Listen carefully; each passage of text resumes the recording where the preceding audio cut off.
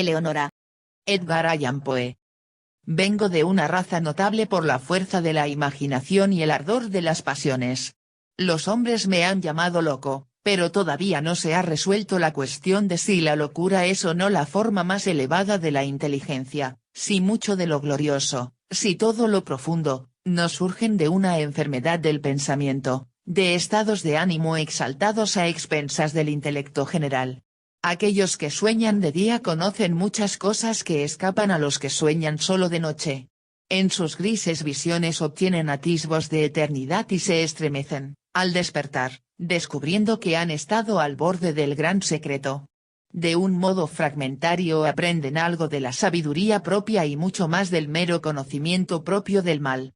Penetran, aunque sin timón ni brújula, en el vasto océano de la luz inefable, y otra vez, como los aventureros del geógrafo Nubio, agressi sunt mare tenebrarum quidineo esset exploraturi. Diremos, pues, que estoy loco. Concedo, por lo menos, que hay dos estados distintos en mi existencia mental, el estado de razón lúcida, que no puede discutirse y pertenece a la memoria de los sucesos de la primera época de mi vida, y un estado de sombra y duda, que pertenece al presente y a los recuerdos que constituyen la segunda era de mi existencia. Por eso, creed lo que contaré del primer periodo, y, a lo que pueda relatar del último, conceded tan solo el crédito que merezca, o dudad resueltamente, y, si no podéis dudar, haced lo que Edipo ante el enigma. La amada de mi juventud, de quien recibo ahora, con calma, claramente, estos recuerdos, era la única hija de la hermana de mi madre, que había muerto hacía largo tiempo. Mi prima se llamaba Eleonora. Siempre habíamos vivido juntos, bajo un sol tropical, en el valle de la hierba irisada. Nadie llegó jamás sin guía a aquel valle, pues quedaba muy apartado entre una cadena de gigantescas colinas que lo rodeaban con sus promontorios, impidiendo que entrara la luz en sus más bellos escondrijos. No había sendero hollado en su vecindad, y para llegar a nuestra feliz morada era preciso apartar con fuerza el follaje de miles de árboles forestales y pisotear el esplendor de millones de flores fragantes. Así era como vivíamos solos, sin saber nada del mundo fuera del valle, yo, mi prima y su madre. Desde las confusas regiones más allá de las montañas, en el extremo más alto de nuestro circundado dominio, se deslizaba un estrecho y profundo río, y no había nada más brillante, salvo los ojos de Eleonora, y serpeando furtivo en su sinuosa carrera, pasaba, al fin, a través de una sombría garganta, entre colinas aún más oscuras que aquellas de donde saliera. Lo llamábamos el río de silencio, porque parecía haber una influencia enmudecedora en su corriente. No brotaba ningún murmullo de su lecho y se deslizaba tan suavemente que los aljofarados guijarros que nos encantaba contemplar en lo hondo de su seno no se movían, en quieto contentamiento, cada uno en su antigua posición, brillando gloriosamente para siempre. Las márgenes del río y de los numerosos arroyos deslumbrantes que se deslizaban por caminos sinuosos hasta su cauce, así como los espacios que se extendían desde las márgenes descendiendo a las profundidades de las corrientes hasta tocar el lecho de guijarros en el fondo, esos lugares, no menos que la superficie entera del valle, desde el río hasta las montañas que lo circundaban, estaban todos alfombrados por una hierba suave y verde, espesa, corta, perfectamente uniforme y perfumada de vainilla, pero tan salpicada de amarillos ranúnculos, margaritas blancas, purpúreas violetas y asfódelo rojo rubí, que su excesiva belleza hablaba a nuestros corazones, con altas voces, del amor y la gloria de Dios. Y aquí y allá, en bosquecillos entre la hierba, como selvas de sueño, brotaban fantásticos árboles cuyos altos y esbeltos troncos no eran rectos, mas se inclinaban graciosamente hacia la luz que asomaba a mediodía en el centro del valle.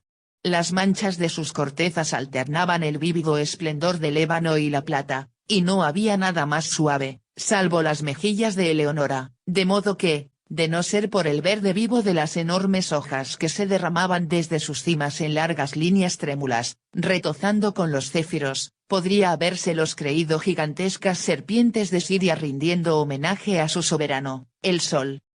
Tomados de la mano, durante 15 años, Erramos Eleonora y yo por ese valle antes de que el amor entrara en nuestros corazones.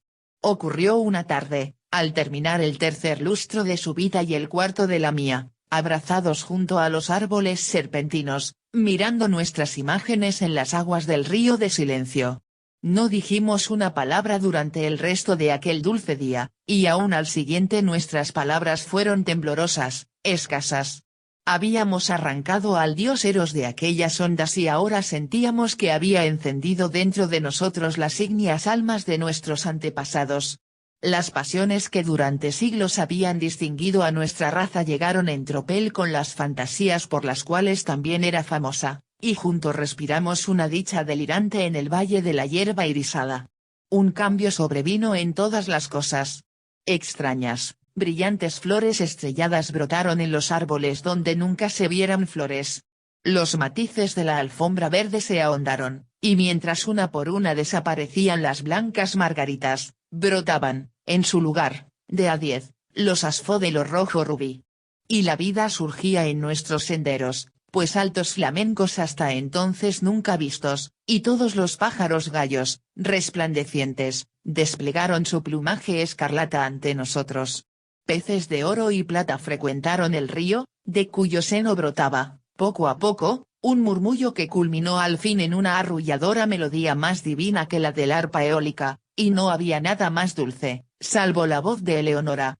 Y una nube voluminosa que habíamos observado largo tiempo en las regiones del Espero flotaba en su magnificencia de oro y carmesí, difundiendo paz sobre nosotros, descendía cada vez más, día a día, hasta que sus bordes descansaron en las cimas de las montañas, convirtiendo toda su oscuridad en esplendor y encerrándonos como para siempre en una mágica casa prisión de grandeza y de gloria.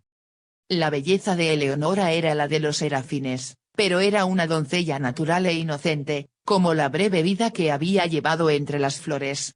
Ningún artificio disimulaba el fervoroso amor que animaba su corazón, y examinaba conmigo los escondrijos más recónditos mientras caminábamos juntos por el valle de la hierba irisada y discurríamos sobre los grandes cambios que se habían producido en los últimos tiempos. Por fin, habiendo hablado un día, entre lágrimas, del último y triste camino que debe sufrir el hombre, en adelante se demoró Eleonora en este único tema doloroso, vinculándolo con todas nuestras conversaciones, así como en los cantos del bardo de Schirach las mismas imágenes se encuentran una y otra vez en cada grandiosa variación de la frase.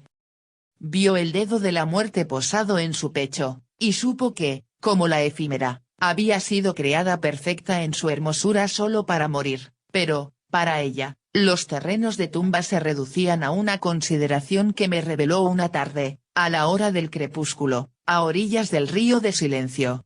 Le dolía pensar que, una vez sepulta en el valle de la hierba irisada, yo abandonaría para siempre aquellos felices lugares, transfiriendo el amor entonces tan apasionadamente suyo a otra doncella del mundo exterior y cotidiano. Y entonces, allí, me arrojé precipitadamente a los pies de Eleonora y juré, ante ella y ante el cielo, que nunca me uniría en matrimonio con ninguna hija de la tierra, que en modo alguno me mostraría desleal a su querida memoria, o a la memoria del abnegado cariño cuya bendición había yo recibido. Y apelé al poderoso amo del universo como testigo de la piadosa solemnidad de mi juramento. Y la maldición de él o de ella, santa en el Elíseo, que invoqué si traicionaba aquella promesa, implicaba un castigo tan horrendo que no puedo mentarlo. Y los brillantes ojos de Eleonora brillaron aún más al oír mis palabras, y suspiró como si le hubieran quitado del pecho una carga mortal, y tembló y lloró amargamente, pero aceptó el juramento, pues, ¿qué era sino una niña? Y el juramento la alivió en su lecho de muerte. Y me dijo, pocos días después, en tranquila agonía, que, en pago de lo que yo había hecho para confortación de su alma, velaría por mí en espíritu después de su partida y, si le era permitido, volvería en forma visible durante la vigilia nocturna, pero, si ello estaba fuera del poder de las almas en el paraíso, por lo menos me daría frecuentes indicios de su presencia, suspirando sobre mí en los vientos vesperales, o colmando el aire que yo respirara con el perfume de los incensarios angélicos. Y con estas palabras en sus labios sucumbió su inocente vida, poniendo fin a la primera época de la mía. Hasta aquí he hablado con exactitud. Pero cuando cruzo la barrera que en la senda del tiempo formó la muerte de mi amada y comienzo con la segunda era de mi existencia, siento que una sombra se espesa en mi cerebro y duda de la perfecta cordura de mi relato. Mas dejadme seguir. Los años se arrastraban lentos y yo continuaba viviendo en el Valle de la Hierba Irisada, pero un segundo cambio había sobrevenido en todas las cosas. Las flores estrelladas desaparecieron de los troncos de los árboles y no brotaron más.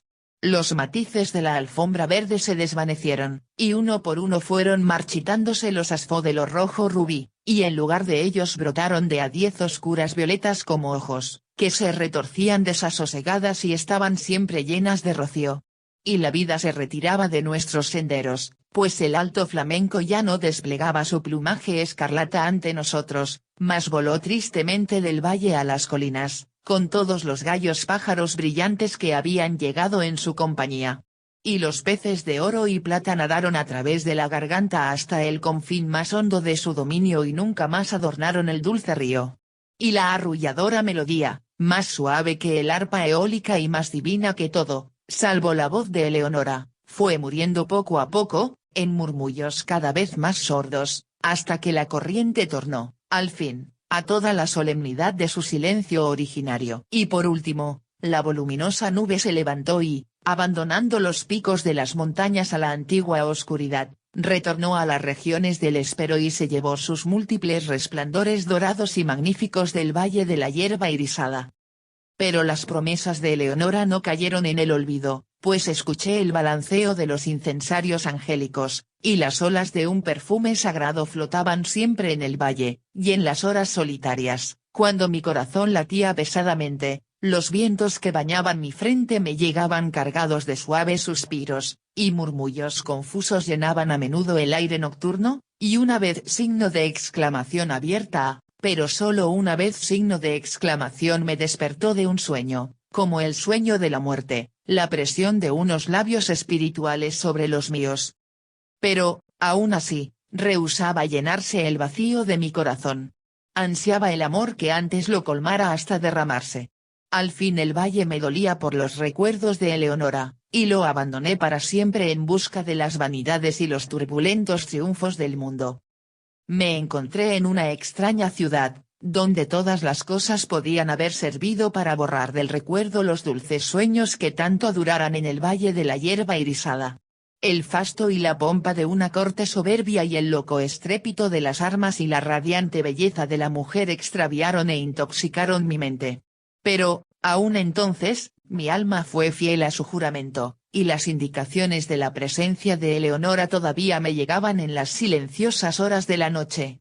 De pronto, cesaron estas manifestaciones y el mundo se oscureció ante mis ojos y quedé aterrado ante los abrasadores pensamientos que me poseyeron, ante las terribles tentaciones que me acosaron, pues llegó de alguna lejanísima tierra desconocida, a la alegre corte del rey a quien yo servía, una doncella ante cuya belleza mi corazón desleal se doblegó enseguida, a cuyos pies me incliné sin una lucha, con la más ardiente, con la más abyecta adoración amorosa.